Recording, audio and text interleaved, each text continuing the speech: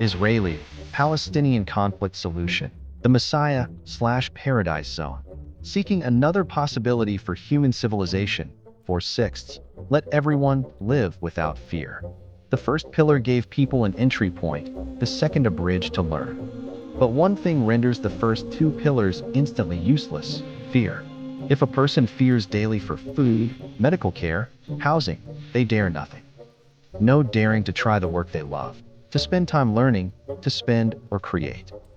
With a little money, their first instinct is not to spend, but to clutch it for defense.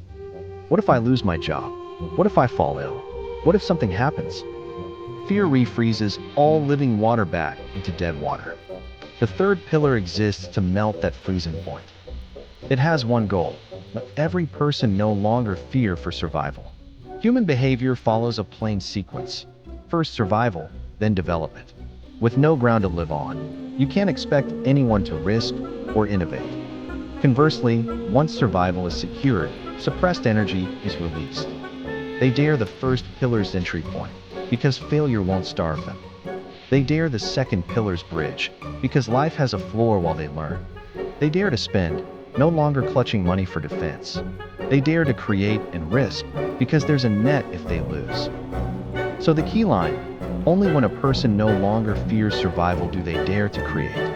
Security is the master switch that releases all of a society's vitality. This is the most crucial, most misunderstood part of the third pillar. Hearing government guarantees essentials, many think of the planned economy. Government producing all, pricing all, monopolizing all, ending in shortage and poor quality. But the government of the third pillar does not produce, price, or hold inventory. It runs only a marketplace. The goods within are produced by market companies, priced by the companies themselves. The freshest products, at market price, sold to those above the average income. Near expiry goods, and a year's backlog inventory, at graduated discount, to the low income. The price slides from full, as the days pass, all the way to 110. And the government? Only tax and a little management fee, never a markup for profit. This differs from the planned economy. Government doesn't replace the market, only sets a stage. Production, competition, innovation, abundance, all stay in the market's hands. And this graduated discount does one more remarkable thing along the way. It turns waste into flow. The rich buy the freshest, ordinary people the most affordable, no one left behind. Inventory that would have rotted is no longer garbage. It turns back into wealth.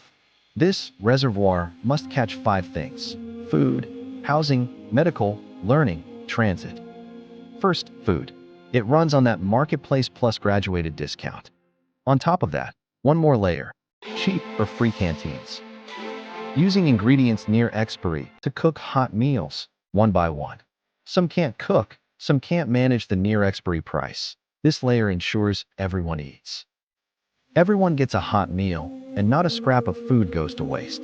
Then set tiered eateries. Ordinary ones, so ordinary people afford a decent meal.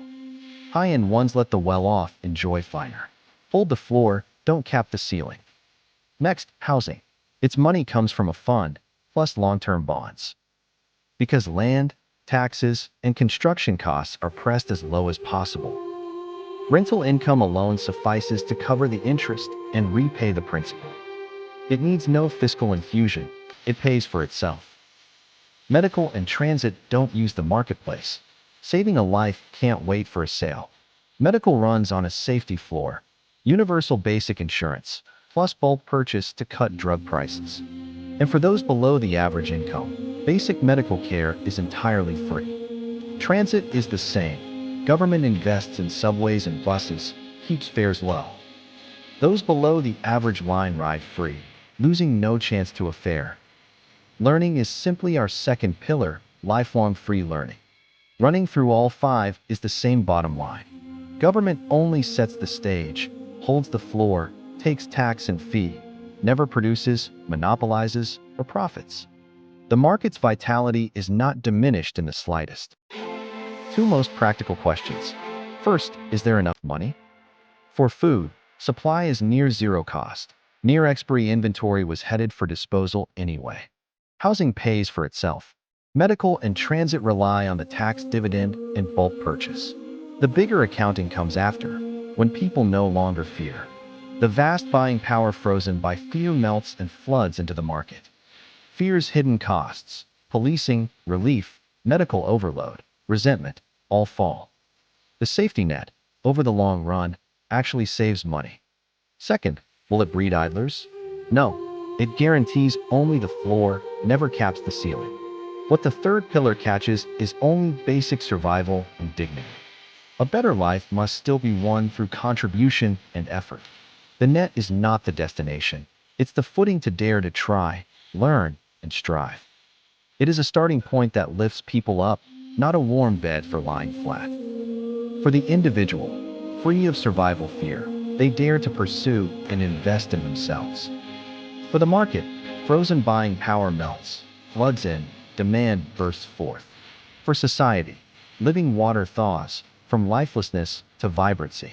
For lands of conflict, this form matters especially. One of the deepest roots of violence is the fear of tomorrow.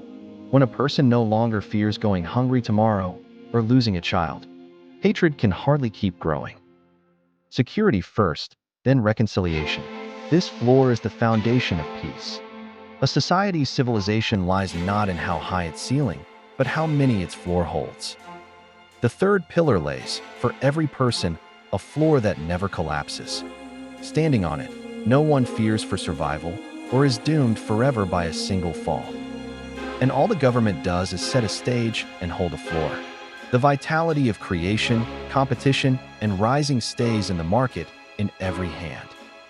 Because only with solid ground underfoot does a person dare to lift their head, to pursue, to learn, to create, to gaze at the stars. Only when a person no longer fears for survival do they dare to create. Contribution first. Let every single person live without fear.